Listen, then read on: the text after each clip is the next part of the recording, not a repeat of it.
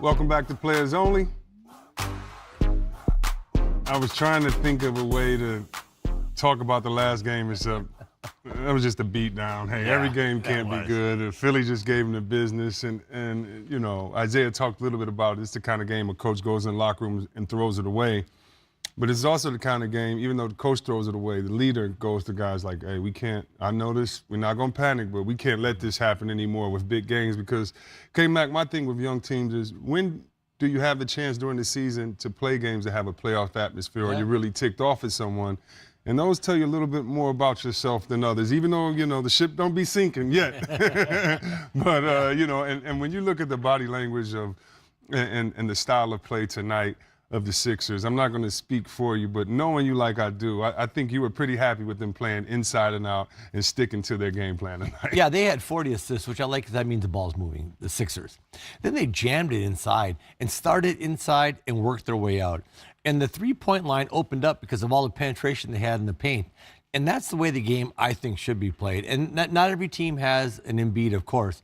But when you got a horse like that, give him the ball. Yeah. I mean, he had 31 points on 17 shots, yeah. Really efficient.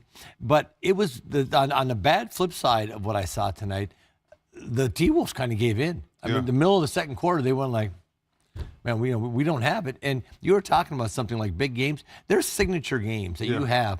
And even if your team goes out and just fights like crazy, if you're Ryan Saunders, the coach, and you lose a tight game, you feel good, man. You feel bad right now. If you're looking at it, say, wait a minute, this is the guy kind of basically cursed us all out, Jimmy Butler. Left. Come on. Said you need me. Yeah, left and said, you want me on that wall. Exactly. You need me on that wall. And this is the effort that you give, man. That kind of surprised me. So they got a long way to go. Ryan's got a lot of work to do with that team. But on the flip side, getting back to the Sixers, man, if they play like this, they're a problem because there's not a lot of teams can handle that big horse on the inside. And once you establish that inside game, Simmons was driving and dunking. He ended up, like, I think, one rebound away from a triple-double or one assist away from a triple-double.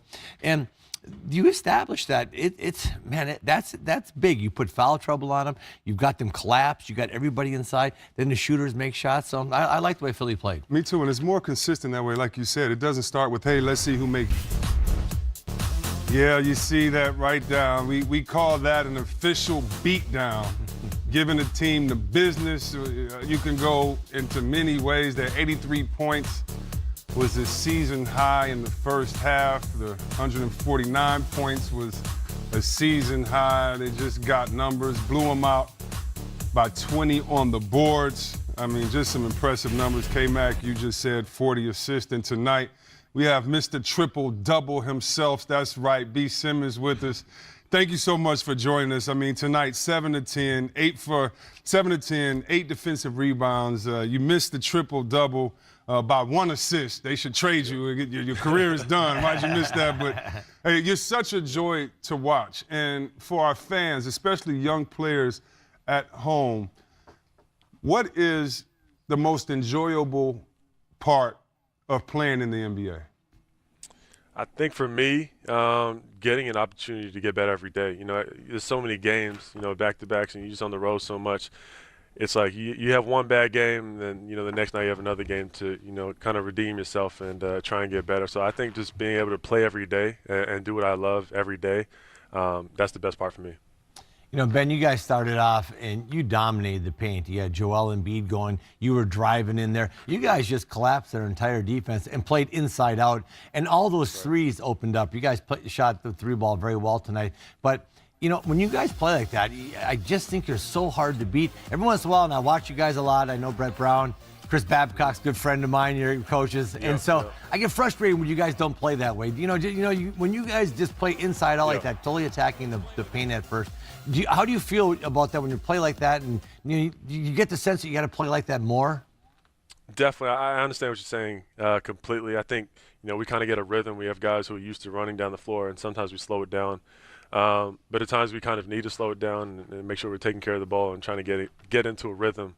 But, you know, I love the way we play. You know, guys can run the floor, get open shots, transition buckets, and I think we're getting a lot better at that.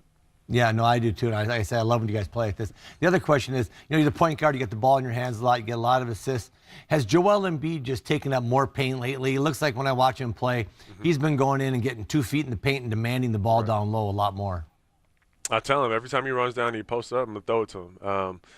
I think sometimes he needs a reminder of how strong he is down there and how efficient he is. Sometimes he likes to shoot the 3 ball. But he's so efficient down there. We'd love to see him post up every time, do what he does best. I'm going to say some names here, and I know people are either going to go in uproar or kill me, but your game, when I think about your game, I think Magic, I think Bron attacking the basket, I think Len Bias, I think Pippen. And what I mean by that is your size, your body type, the way you play. If you had to critique yourself and say next year and the year after I'm coming back better in these areas, being a point guard, what would you say that your next jump is going to be, or something that you're working on just to continue the way that you're going on this upward trend of playing? What do you work on to improve over the summer? I think just knocking down shots and being a consistent shooter in terms of just shooting the ball when I am open and taking more shots. And I think just getting comfortable in certain areas on the floor. Tonight was one of those games where Jimmy was playing against his old team and all kinds of stuff happened when he left there. Yeah. Was there any talk in the locker room about, man, let's go get this one? Or did you guys, as a group, say anything to each other? We know we needed this game. And I think everybody was kind of locked in mentally. I saw Jimmy before the game. He was definitely locked in. But I think, we always have the same mindset no matter who we play. We got to come out and get wins. We're going to let you go, B. Simmons, but we usually see you warming up with your headphones on, man. Who are you listening to today? It depends who's there. I like Gunna. Okay. He's nice. Oh, little baby, yep. All right, that's what's up, man. Hey, thank you so much for joining this great game tonight. And we're a big fan of yours. Always enjoy watching you play. That's the man, Ben Simmons. Tell Joel, more paint. Tell McHale. Gotcha. I'm going to tell him right now. Hold on. I'm telling him. That's right. That's the man, Ben Simmons. And he's going back to the official card of the NBA. Welcome back to Players Only. 83 points for Philadelphia. They are getting money out there, just toying, playing around with the Minnesota Timberwolves. Chris Webber, Kevin McHale here. Kevin, we were excited about this game coming in because we knew all the history between both teams. The fact that Butler basically, let's just be honest, went in and punked the Minnesota team. The fact that Wiggins has been playing better since he's gone. The fact that Cat Towns has been playing better since he's gone. The fact that we want to see Wiggins step up and be that number 2 alpha on that team. And for me personally, to fans out there, I would always try to think of something to be pissed about before I played the game. Okay. And before this game, no more needed than to say, I'm playing for my boy Towns, Kevin Mack, whoever, we got your back today, or I'm about to show you what we're going to do. And so when you have games like this, I don't necessarily think to the leadership, but it speaks a little bit to the attitude of the team in the locker room, coming out, getting beat like this with the body language being kind of a defeatist attitude, it looks like. Philly's run on them, got in the paint. They've got everything they wanted. They're attacking the glass. They're getting out in transition, getting easy baskets, getting threes. They're just toying with them right now. And we talked about it at the top of the show. I really thought that the Towns Embiid matchup would decide who wins this game. Right now, it's all Embiid. Towns, played okay, but this guy right here, I like the way he doesn't settle. He gets in there. Look at that nice little patient footwork, jump. That's a monster shot. And again, he's not going to settle because, Chris, we've seen him shoot this shot a lot of times, and we've all both said, put the ball on the floor. He gets it on the floor, goes in there and gets a little offensive tip on his own shot. And again, they're good defense by Philly. They're pushing it up. The big guy showing his versatility. But this is what I like. Redick comes off. He draws 2 really quick. Could have taken that shot. What does he see? He sees the big guy and gives him that little throwdown for a dunk. And, that's what, because Redick is a deadly shooter. And when a shooter rises up and makes that pass to you, that just gives you that good vibe like, man, we're in this thing together. Yeah. And Philly's feeling it right now. If they play like this, Chris, inside out, playing through that big guy, I like this team when they play like this. I like this team too. So let me ask you this then. Why is Butler complaining? They're the 4th best record in the East. Why would he be complaining? This is just that I bring my personality where I am, because we all know he's a hell of a player. I don't think he's as good as the respect he's getting to be able to talk this much in the locker room. Yeah. That's my opinion. You're not that good to come over here and talk before Katz and Wiggins or before Embiid, and by the way, Simmons. I don't understand that.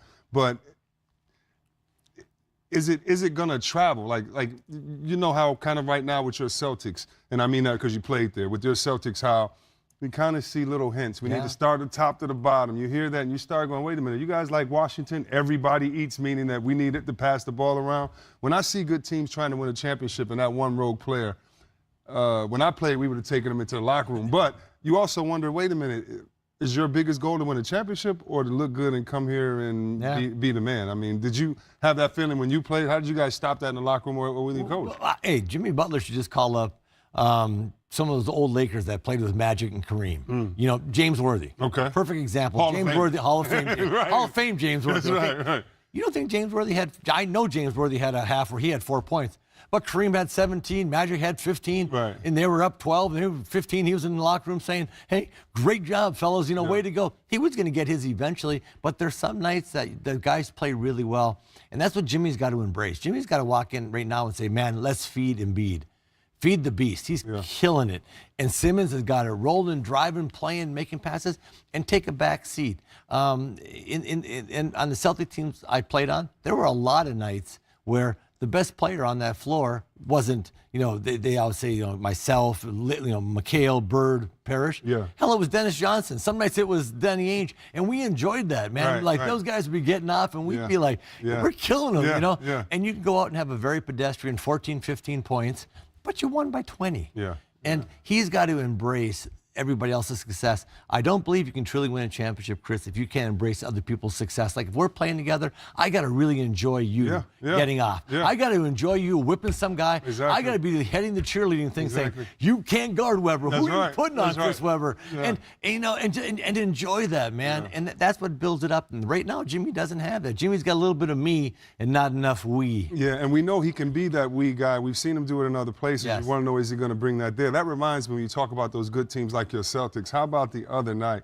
Kevin Durant, he's hot, he's scoring, and he gives it back to Curry. Curry throws it back to him. He's like, no, this is your game. Curry hits the big three. But that's what you talk about. Enjoy seeing your teammates winning. And that play between Redick and Embiid, I think that's indicative of that type of play. Let's play with them this play, get a dunk, and I'll shoot it the next time. But that's just our opinion on Players Only. And let's see what Albert E. Russell has to say.